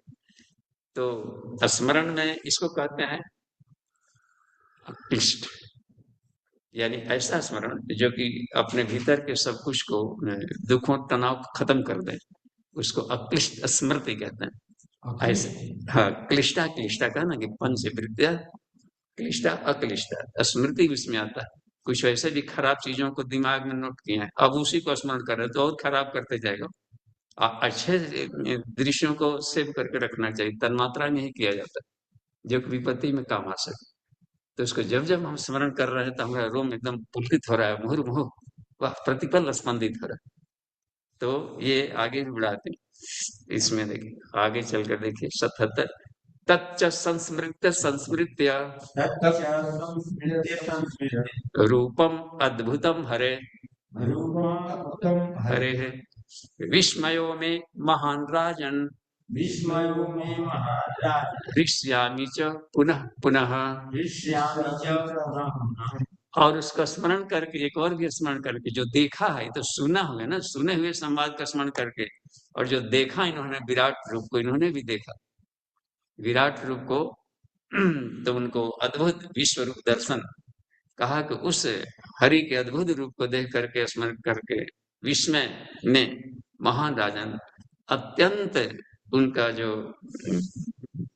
ये होता है आश्चर्यजनक, हे राजन मैं बार बार पुनः पुनः स्मरण करके हर्षित हो रहा हूँ विलक्षण अद्भुत रूप को देख करके।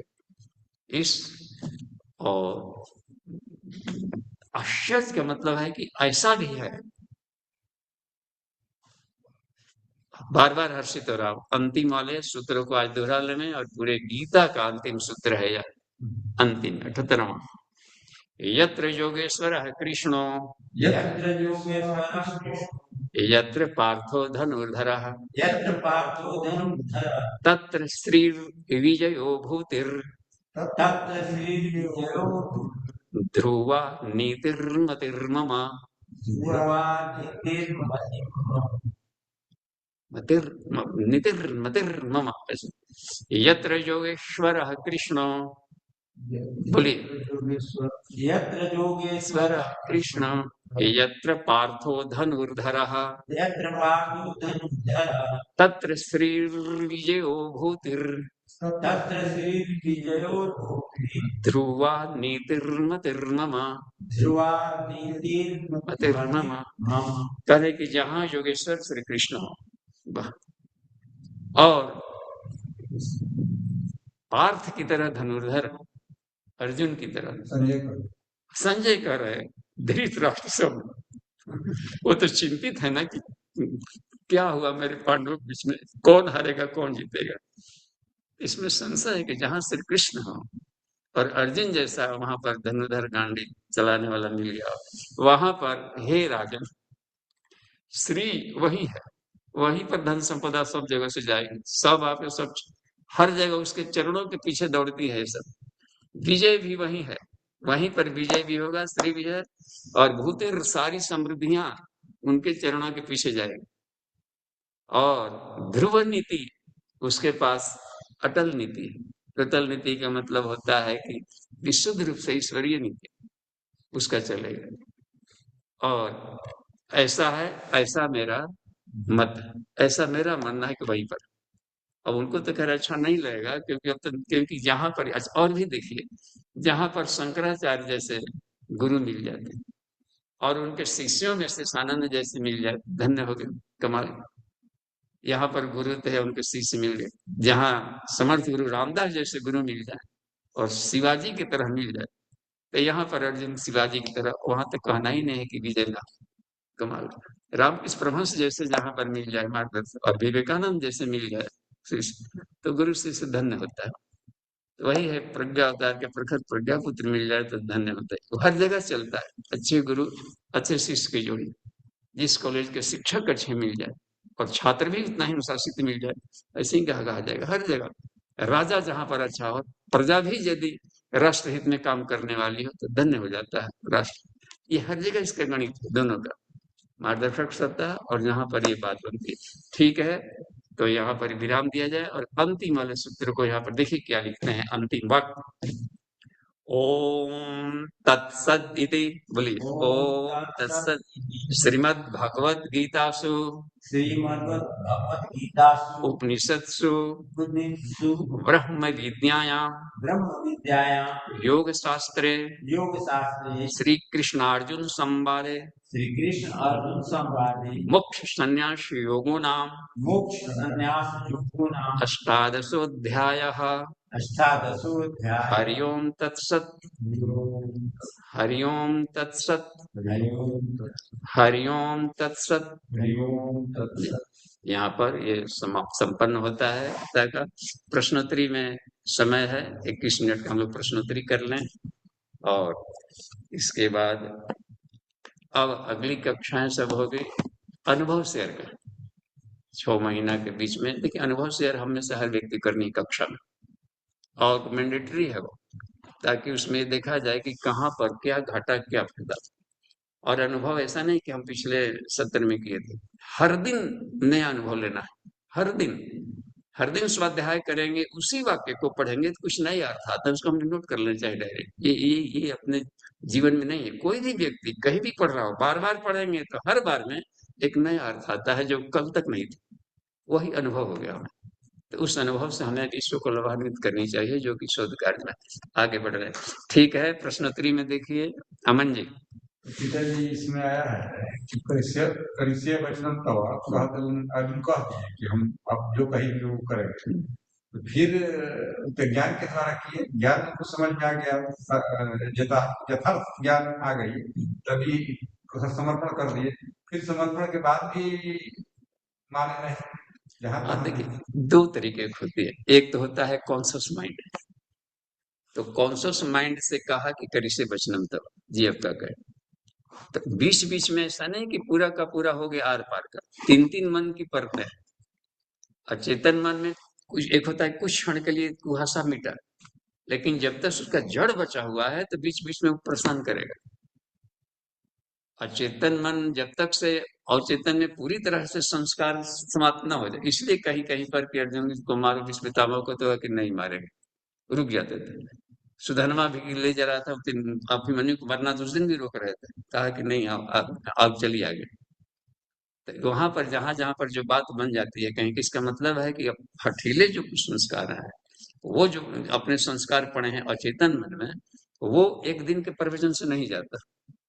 लेकिन इतना है कि जो आपने कहा, किसी बात बिल्कुल समझ में आ गई कि ये सही, तब करने का भी लिया तो करते रहेंगे, तो करते करते आएगा। अब गुरु हर जगह संभालेगा, बताएगा, आगे भी कहे कि देखो तुम्हारा अभिमन्यु मरा नहीं, तुमको दिखाते हैं यहाँ पर। और जाकर के सारी बातें, कोई यहाँ पर नहीं मरता है, प्रत्यक्ष भी दिखाए हैं, शरीर से भी दिखाए हैं, सूक्ष्म रूप में भी दिखाए हैं। तो यह है कि गुरु के में समर्पण भी कर दे आदमी तो फिर निहाल हो जाएगा। ईश्वर प्रणिधाना नहीं, समाधि में ला देता है, निर्वी समाधि तक पहुंचा देगा। सबसे कीमती है ईश्वर प्रणिधाना, समर्पण तो किए तो आगे मिल जाएगा। ठीक है, प्रश्न इनका आ गया, आगे देखिए अमन जी। जी बाबूजी, इसमें प्रश्न है इनका। जी, वीरेंद्र प्रसाद यादव जी का प्रश्न है। बाबूजी प्रणाम, क्या यज्ञ में दान और तप मिला रहता है? कृपया प्रकाश डाला जाए। जी, दान को भी यज्ञ कहते हैं, तप को भी यज्ञ कहते हैं। यानी कि यज्ञ संज्ञक ये भी है, जिससे त्याग और बलिदान, दान करते हैं अपने मेहनत से कमाए और उसको दूसरों के लिए लोक सेवा में आप लगा रहे हैं। तो त्याग जहां पर है तो अग्नि है, यज्ञ अग्नि भी त्याग करता है, उसमें डालता है, समर्पण करता है।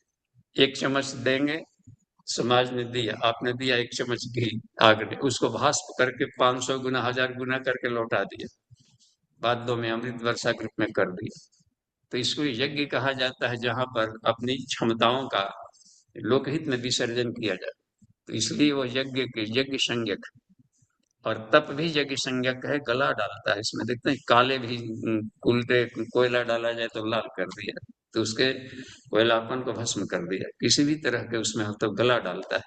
तो अग्नि में गुण होता है कि गला डालते, यज्ञ के ये सब गुण है। तो दान प्रक्रिया इसलिए यज्ञ में आया, तप में भी आया। तप यानी कि उसमें हो जाता है विश्लेषण करना, कचड़ों को निकालना, खादर खुदर है जन्म जन्मांतरों को निकालना, जंग लगा है आग में डालेंगे तो कचड़े को झाड़ेगा। तो ये इसलिए कहा कि तपस्या भी यज्ञ की श्रेणी में आता है। और संगतिकरण जोड़ता है, संश्लेषण का काम करता है, दो चीजों को उसमें जोड़ देता है, देवत्व को लाएगा। जब कचड़े हटाया तो भीतर की चमक बढ़ी, सोने में जो मिलावट थी वो कचड़े निकले तो देखिए चमक बढ़ा दिया। तो चमक बढ़ाने की प्रक्रिया को कह दिया जाता है इसमें देव संवर्धन का है, संगतिकरण, उसके साथ आपको जोड़ दिया।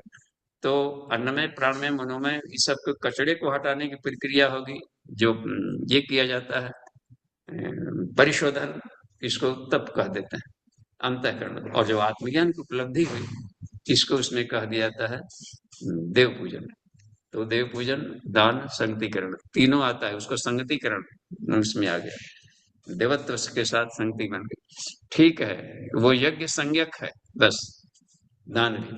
जिसे भूदान यज्ञ, विनोबा भावे को आचार्य जी देखें तो भूदान, उसमें तो केवल दान दान ले, इधर उधर संपत्ति पड़ा है किसी के पास, राजाओं पर अधिक है, थोड़ा थोड़ा मांग करके उनको जितनी सामर्थ्य कम से कम इकट्ठा किए और गरीबों में बांटे, तो उसको यज्ञ कहा गया, भूदान यज्ञ। देखते हैं प्रदान यज्ञ शब्द है, और तपस्वी तप सब भी आता है यज्ञ।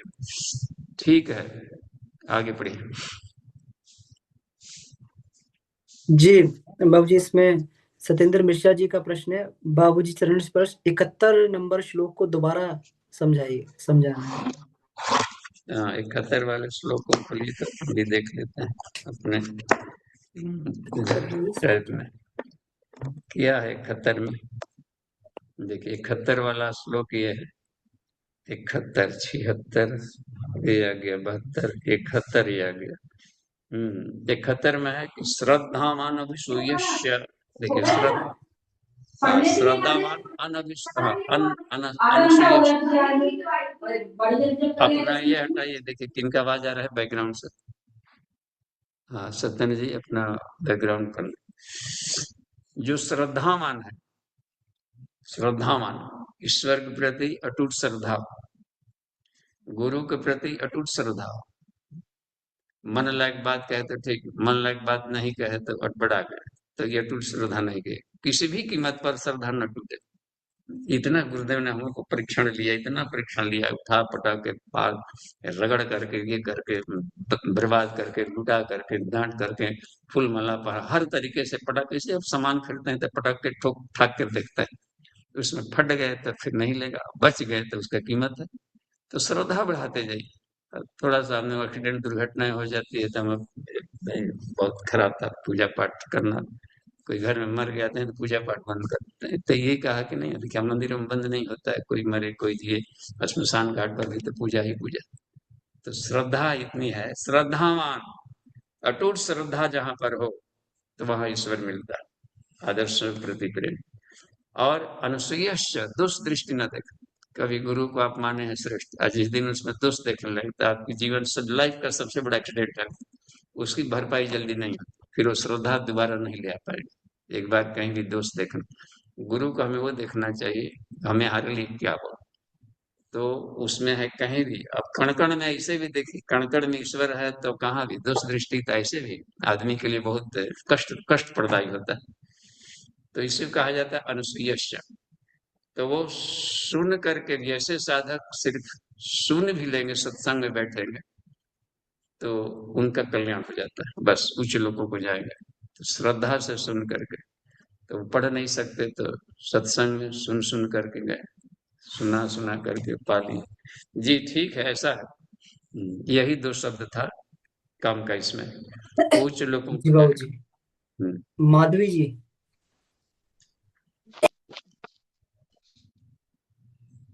माधवी माधवी जी अपना प्रश्न बोलें जी।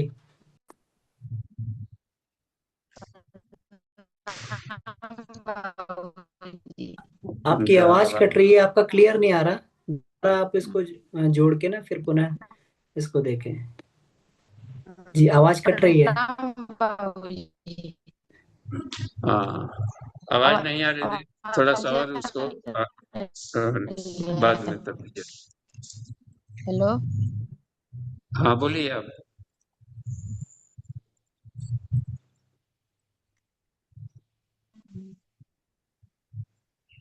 अमन जी प्रणाम बाबूजी। जी प्रणाम। बोलो। हाँ प्रणाम बाबूजी। आगे बढ़िए। बाबूजी ये जो है 17वां वाला है श्लोक, जो जा रही है आवाज मेरी? हाँ आ रही है, बोलते जाइए। आवाज। हाँ आप बाबूजी 17वां वाला जो 17वां वाला जो है ये श्लोक, उसमें जो तो उसमें जो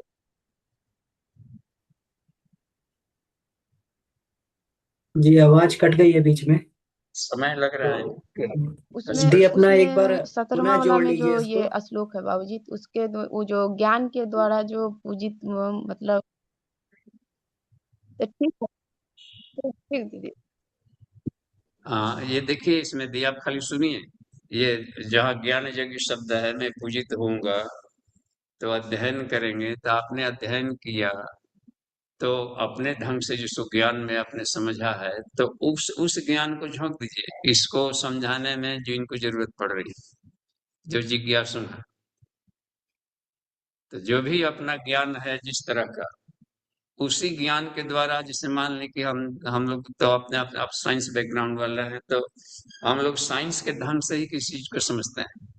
तो जो साइंस के विद्यार्थी हैं उनको हमको समझाने में सुविधा होती है। तो आपको अपने ढंग के किसान हैं, किसान की भाषा में सीखे हैं, तो किसानों के बीच में आप करेंगे तो अब देखो ज्ञान के द्वारा पूजा कर लिया, आखिर तो कृष्ण को ही पहुंचाया कहीं भी गया तो परोसने की अपनी कला है। तो परोसने वाले का भी बड़ा गुणगान होता है कि बड़े अच्छे थे परोसने वाले, उनका तब ईश्वर की बनाई हुई रोटी पहुंचाने वाला, परोसने वाला। देखिए परोसना है, डाकिया डाक लेके गया, कहने वाला प्रसूति देवर्षि नारद परोसते थे, कोडवर्ड में सुनते थे और उनको उनकी भाषा में समझा देते थे। ये बहुत बड़ा काम है भगवान का। तो वो जथा योग तो अपने विवेक बुद्धि से समझा है और ईश्वर को समर्पित है, तो उसी ज्ञान के माध्यम से, ज्ञान के द्वारा पूजे गए हो, आपके ज्ञान के द्वारा पूजा, आपके बुद्धि के द्वारा, आपके मन मना भव कहलाएगा मद भक्तो। ठीक है, आगे बढ़िए तो अमन जी। जी संतोष कुमार मिश्रा जी, अपने आप को अनम्यूट कर लीजिए। जी भाई साहब। जी जी बाबूजी प्रणाम, सभी को प्रणाम। संतोष कुमार महतो जी। जी बाबूजी, जैसे कि अभी आया इस पे कि ईश्वर जो है श्री लक्ष्मी अज्ञान और दुरुपयोग करने वाले व्यक्ति को नहीं दिया जाता है, लेकिन रावण को फिर क्यों दिया गया? वो तो भगवान जानते होंगे कि ये दुरुपयोग करेंगे ही, और इसका मंतव्य भी वही था, लेकिन फिर भी क्यों दिया गया? उसको आत्मज्ञान नहीं दिया, भौतिक चीज मांगा, भौतिक चीज मिला, आत्मज्ञान तो मांगा ही नहीं। वो तो जी अपने को, शरीर को मरता मांग रहा था, तो उसके लिए फायदेमंद नहीं होगा। तो भौतिक तो क्षेत्र में श्री चारित्रिक प्रखरता नहीं देखी जाती, अध्यात्म में ये नियम है। वो जो चरित्र के गिरे हैं उनको अध्यात्म में पचेगा नहीं, इतना सूक्ष्म होता है कि थोड़ा सा विच्छेद है तो चूक जाएगा। ब्रह्म ब्रह्म तेज है, वो बहुत ही सूक्ष्म होता है, जब साधारण हवा पंचर होने पर चूक जाए तो, इसलिए तपस्वियों के पास ही टिकता है। और इसमें वो उसके माना दूसरा काम भी थे, शिव जी के भक्त थे, तो शिव जी ने उनकी विद्वता का लाभ लिया कि तू इसका भाष्य कर, तो काव्य शैली में अपना भाष्य कर ली। तो वो था पढ़ने पढ़ाने के लिए, आत्मज्ञान मांगा रहता तो कहना ही नहीं। चलिए ठीक है। ठीक है, ठीक, प्रणाम। हाँ, ब्रह्म विद्या की जानकारी नहीं मिली थी उसको, ये मिला था विज्ञान के था ना, स्वर्ग में सीढ़ी लगाएंगे, करेंगे, सोने की लंका बनाएंगे, तब वो तो उसमें तो अब दूसरे का शोषण वाली वृत्ति जाएगी। तो वो एक बात थी देवत्व के ठीक विपरीत वाला, तो उसमें तो अपना टांग वो इसकी मेहनत करता है। ठीक है, आगे बढ़िए। जी प्रणाम। जी जयशंकर मिश्रा जी। हाँ प्रणाम बाबूजी। जी प्रणाम। अच्छा बाबूजी, ये भारतीय शास्त्रों में जो मृत्यु के बाद की जो कई बार जो मतलब खराब दशा बताई गई है कि बड़ा कष्ट होता है मृत्यु के बाद, उसको यमराज इस तरह से खींचते हुए ले जाते हैं। बाबूजी ये सब किस तरह का, इसके पीछे क्या सत्यता है बाबूजी?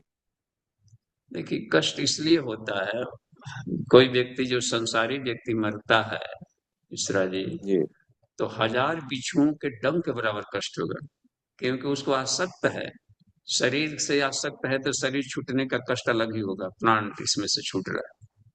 और परिवार से भी आसक्ति है, तो परिवार टूट छूट रहा है, उसका अलग ही रुलाई आएगी। देखते कोई प्रिय अपने हो खूब अधिक मान मोहब्बत हो गया, वो छूटता है तो कितना अधिक कई दिन तक रो रहा है, सालों साल रो रहा है।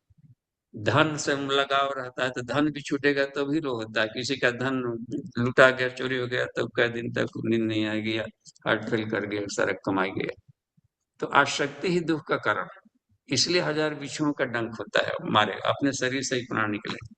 और जो शुरू से ही आत्मानुभूति योग का अभ्यास किए हो विज्ञान में, उसमें शरीर से बाहर निकलना, मूंजी के सीख को चीर कर जैसे बाहर निकाला गया मूंजी को, ऐसे ही अपने बॉडी से बाहर निकले, बाहर से देखें उस बॉडी को, फिर बॉडी का मैं शरीर नहीं हूँ, शरीर मेरा माध्यम है, ऐसे इस ढंग से जो जीवन का अभ्यास किया है उसको तो माला उतारने जैसा आनंद आता है, जैसे लगेगा कि बोझ हटा, ऐसा इतना आनंद अनुभव करता है।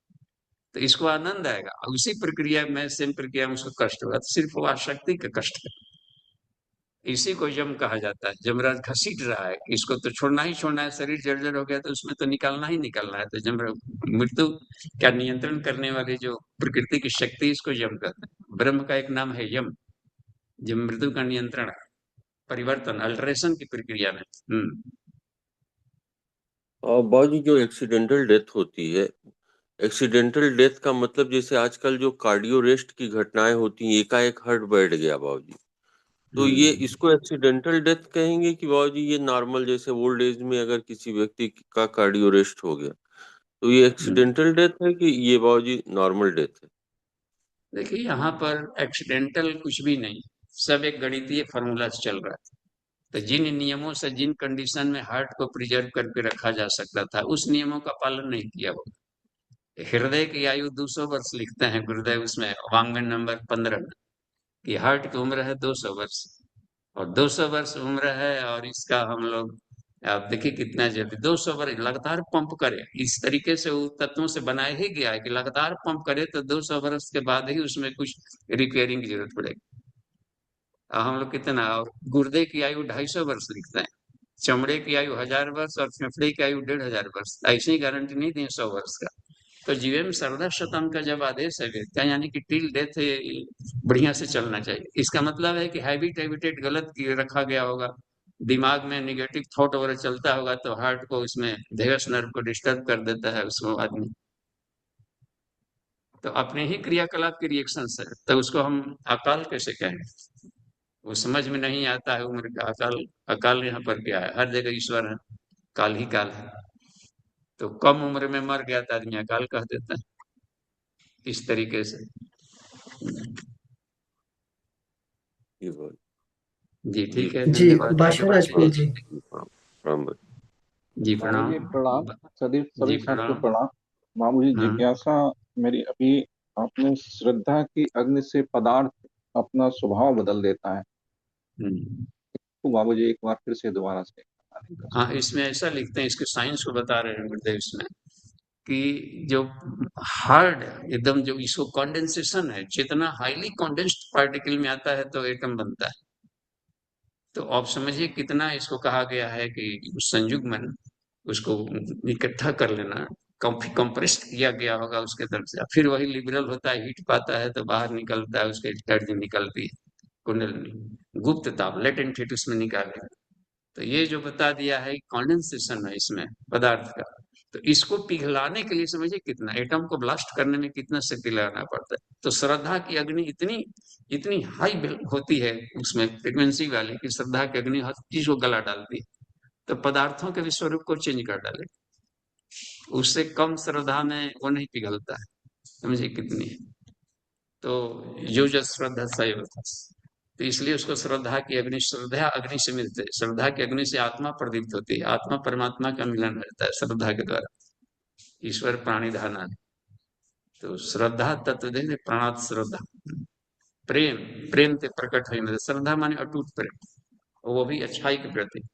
जी, तो उसमें प्रेम में ताकत है, किसी को पिघला देगा। देखने पाप गल जाते हैं, प्रायश्चित आदमी करता है, सब गला दिया कि नहीं गला दिया, समर्पण कर दें किसी के सामने, आदमी ये कर लेता है, वाह, ईगो जैसे ही खत्म, उनको प्रणाम, नमन, प्रेम, विनयशीलता में बहुत ताकत है, शालीनता बिना मोल मिलते, उसे सब कुछ खरीदा जा सकता है। इन शब्दों को भी कुछ इस तरीके से लिखा, तो वो है चरम विनयावनत। जी, प्रेम यानी सबसे बड़ी श्रद्धा सबसे है। उसमें ऐसा है कि पदार्थ भी गल जाता है, बात यदि जानवर वो सब आपकी बात मानने लगे, बाघ वगैरह, बाघ भी आकर के चरण स्पर्श करने लगता है। ऋषियों के आश्रम में सांप बिच्छू सब यमाचार्य के आश्रम में जाते थे चरण स्पर्श करना। प्रेम, ढाई आखर प्रेम का, देखिए कितना कमाल की बात, वही श्रद्धा है, ईश्वर के प्रति श्रद्धा। चलिए ठीक है, आगे बढ़ते हैं, समय कम हो गया है, 1 जी मिनट। जानवी जी। बाबूजी प्रणाम। जी प्रणाम। बाबूजी जी, संस्कृत में श्लोक शब्द आता है, इसका क्या अर्थ है? क्या अमन जी? बाबूजी संस्कृत में कहते हैं श्लोक, हम नहीं समझ पा रहे हैं, सुनाई पड़ रहा अमन जी, क्या पूछ रही हैं? ये कहें संस्कृत में श्लोक कहते हैं, इस शब्द का क्या अर्थ है बाबूजी? श्लोक शब्द का? हाँ मुझे यही सुनाई दे रहा है। जी दीदी एक बार फिर रिपीट कर दीजिए। जी यही प्रश्न है कि श्लोक शब्द का क्या अर्थ है? हाँ, श्लोक कहा जाता है, छंदबद्ध है, शब्दों के गुंफन श्लोक कहलाता है, ये छंदबद्ध होता है। चलिए आगे बढ़िए। जी बाबूजी प्रणाम। सुशील त्यागी जी। जी प्रणाम। बाबूजी आप अक्सर एक दोहा बोलते हैं, कबीरदास जी का, आज भी बोला आपने, शीश दिए जो गुरु मिले तो भी सस्तो जान। जब शीश दे ही दिया जाएगा तो फिर गुरु मिलने का क्या फायदा होगा बाबूजी? अब शीश का मतलब हम क्या मानते हैं? अपना सारा समर्पण, ईगो, दिमाग में जो कुछ भी चल रहा है सब छोड़ दें इस दिव्य ज्ञान के लिए। आत्मज्ञान बहुत कीमती होता है, उसके लिए जो भी अपने दिमाग में सपना सजो रखे सब हम छोड़ दें उसके लिए। ये हुआ शीश दिया। जो भी खोपड़ी में पल पुल रहा है, खोपड़ी मैंने अब वही थोड़े कि नोच के फेंक दें। हालांकि वो रावण अपना खोपड़ी नोच नोच के फेंकता था, तो इसलिए कि उसका नाभि में कहा कि ज्ञान हमको ना चाहिए, हमको चाहिए बस भौतिक वाला ज्ञान, पेट प्रजनन इधर वाला दीजिए, नाभि वहां अमृत रहता है। तो वे आध्यात्मिक अलंकार में शब्द कहा गया है, ये भौतिक अर्थ में प्रत्यक्ष नहीं कि खोपड़ी के लिए, यानी समग्र समर्पण इसको कहा जाता है, जीवन दान, या ये कह सकते हैं नरमेध यज्ञ। ये जो विकार है, यदि इनको हम छोड़ देंगे तो फिर गुरु बहुत ज्यादा रह जाएगा क्या? हाँ, जैसे गुरु गोविंद सिंह के पंच प्यारे,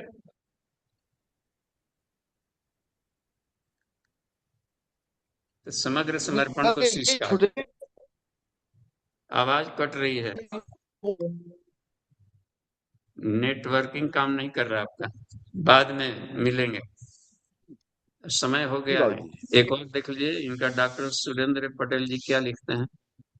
जी बाबूजी, सुरेंद्र जी का प्रश्न है, भारत में अब तक 67 प्रकार की गीता उपलब्ध है, इतनी ज्यादा मात्रा में गीता क्यों बाबूजी? कहीं गीता ईश्वरीय वाणी ना होकर मनुष्य की वाणी तो नहीं? हाँ, मन यदि भाष्य हो गया है, भाष्य है तो मनुष्य की वाणी है उसमें, और कृष्ण ने तो सिर्फ मूल श्लोक कहा है, तो भले 67 प्रकार के हो, और भी लाखों प्रकार के होंगे, लेकिन उसमें है कि संस्कृत को चेंज नहीं किया है किसी ने, तो कॉमन एक ही है, तो एक ही प्रकार का है जो कि संस्कृत में बोला गया। अब अपने अपने मेंटलिटी ज्ञान के आधार पर उसका अर्थ निकालेंगे, तो सारे सारे पॉजिटिव अर्थ सही कहलाते हैं, सत्य आते हैं। और ईश्वर के एक नाम है अनंत, और ईश्वर कण कण में है, यानी हर शब्द के अनंत अर्थ होते हैं, अनंता वही वेदा।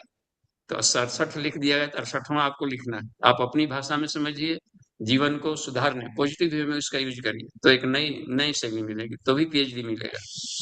तो इंटरप्रिटेशन की शैली हर व्यक्ति का अपना होता है, तो उसको मनुष्य कहेंगे, भाष्यकार मनुष्य होता है, उसमें लिखते हैं तो मनुष्यों की वाणी है वो। तो चाहे तिलक का भाष्य हो, या फिर आकर ज्ञानेश्वरी संत ज्ञानेश्वर का हो, या इधर शंकराचार्य का हो, या अष्टावक्र गीता है, जी वो उनका था, उनकी भाष्य थी, उनकी शैली, एक पॉजिटिव एंगल देखना है बस। ठीक है, वो सबका समाधान है। शांति पाठ अभी कर लेते हैं, समय हो गया। ओम